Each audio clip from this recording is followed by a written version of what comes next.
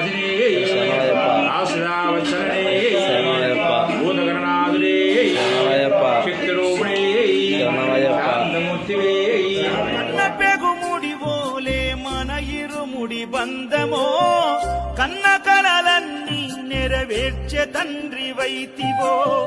రెప్పచడు కన్నీళ్ళే కష్టాలను మోసెరో తప్పులెన్ని ఉన్నాయో మన్నించి చేరదీయరో